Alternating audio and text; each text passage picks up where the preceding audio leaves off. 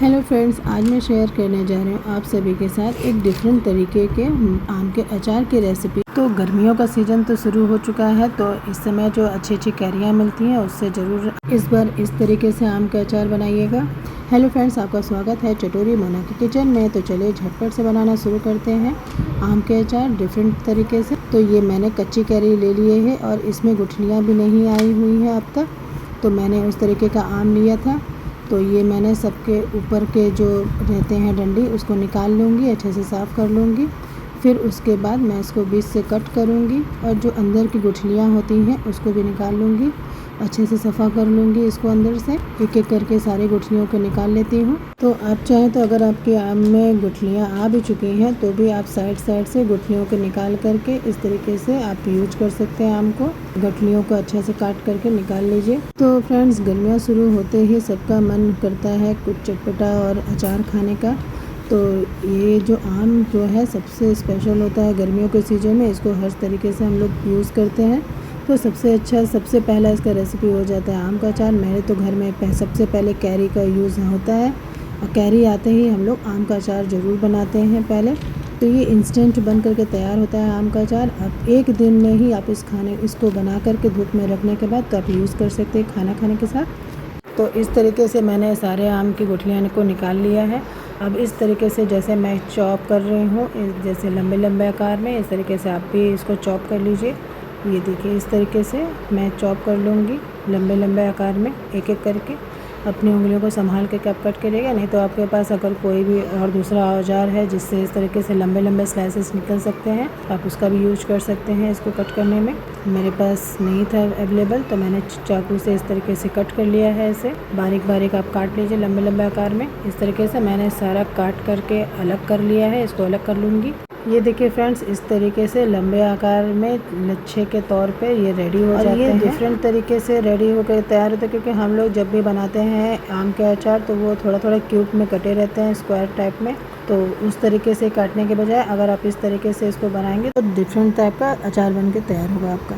अब बारी है इसमें थोड़ा स्पाइसीनेस लाने की। तो मैंने यहाँ पे जो छोटे मोटे आकार के होते हैं हरी मिर्ची, मैंने उसको डाल दिया है। करीब 15-20 के करीब मैंने यहाँ पे ऐड किया है। आप चाहे तो और भी ऐड कर सकते हैं। उसके बाद आगे का प्रिपरेशन बाकी है। तो मैंने यहाँ पे अच्छे टिकाऊ बनाए रखने के लिए अचार को, तो मैंने यहाँ पे एक पैन कढ़ाई लिया है, उसमें मैं ऐड कर दूँगी मस्टर्ड ऑयल। तो मैंने यहाँ पे 1 कप के करीब मैंने यहाँ पे ले लिया है मस्टर्ड ऑयल। उसको मैं गर्म कर लूँगी अच्छे से। इसको हीट कर लीजिए अच्छे से, धुआं निकलने तक आप इसको गर्म कीजिएगा।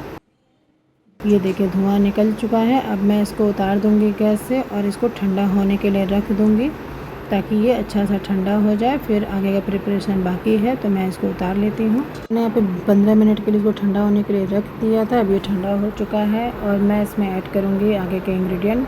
तो उसमें मैंने यहाँ पे सॉल्ट ऐड किया है, जो कि इसका प्रिजर्वेटिव होता है। सॉल्ट बहुत ज़रूरी है, ज़्यादा करके डालिएगा अचार में।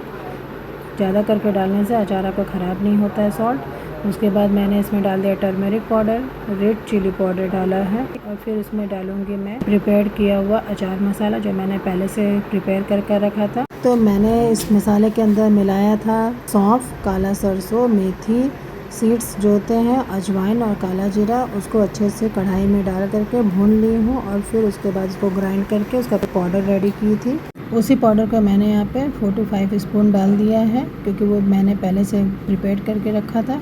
तो मैंने उसको इसमें ऐड कर दिया है। तो आम का अचार है वो तो खुद खट्टा होता है, इसलिए इसमें अमचूर पाउडर डालने की ज़रूरत नहीं है। और अगर लगे आपको कि नमक की कमी है तो वो भी हल्दी या नमक आप और ऐड कर दीजिएगा। आपका आम जितना है आप उसके हिसाब से इंग्रेडिएंट को घटा बढ़ा सकते हैं। और आप चाहें तो इसमें थोड़ा सा और कलर लाने के लिए कश्मीरी रेड चिली पाउडर भी इसके अंदर ऐड कर सकते हैं।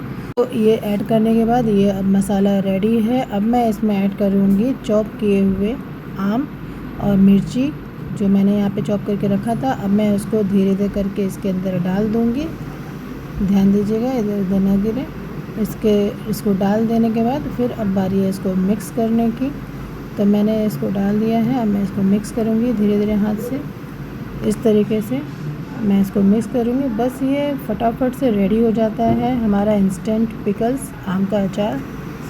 तो ये रेडी हो चुका है। बस आप थोड़ा सा इसको एक दिन के लिए सनलाइट दे दीजिएगा तो ये अच्छे से फिर दूसरे दिन से खाने के लिए तैयार हो जाएगा। फटाफट से बन के तैयार होने वाला ये आम का अचार।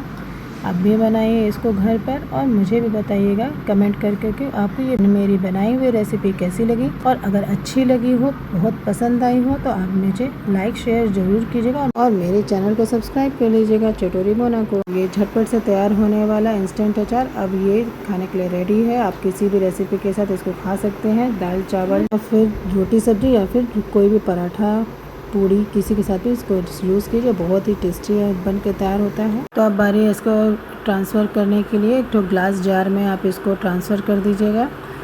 ये मेरे पास एक छोटा सा जार था तो मैंने इस तरीके से जार को ले लिया है। अब मैं इसको डाल दूँगी इस जार के अंदर।